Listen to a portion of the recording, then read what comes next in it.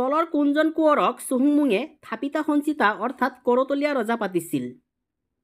Option 2 Detsung. Morangi খোৱা গোহাঁই পথ কোনে সৃষ্টি কৰিছিল?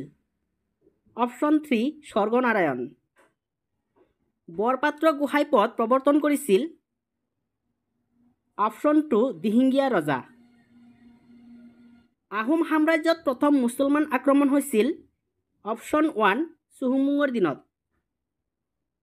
মূলা গাভৰুৰ স্বামীৰ নাম কি? অপশ্যন 4 ফাচেংমুং। গড়গয়া ৰজা কোন? অপশ্যন 1 চুকলেংমুং। নগা আলি কোনে নিৰ্মাণ কৰিছিল? অপশ্যন 1 গড়গয়া।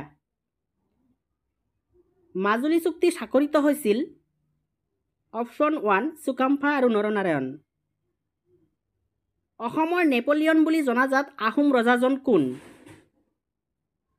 অপশ্যন 3 চুহুংমুং। প্ৰথম বৰপাত্ৰ গোহাঁই কোন?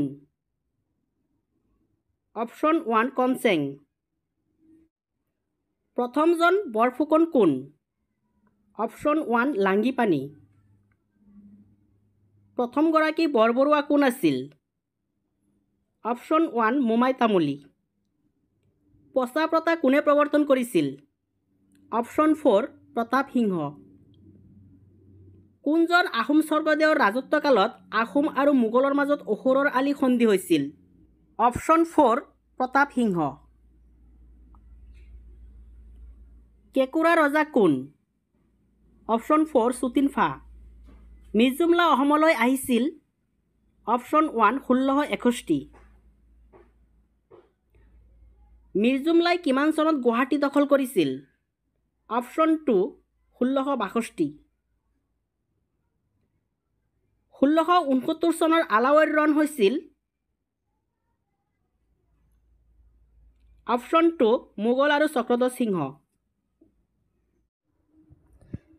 লালুকহোলা বৰফুকনৰ অংগক্ষত নিয়মৰ ভয়ত নগা পাহাৰলৈ পলাই যোৱা কোঁৱৰজন কোন?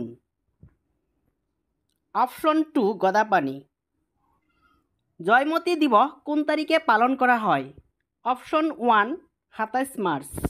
পাংচৌ গিৰিপথ পাৰ হৈ অহা আহোম ৰজাজন কোন? অপশ্যন 1 চাওলুং চুকাফা।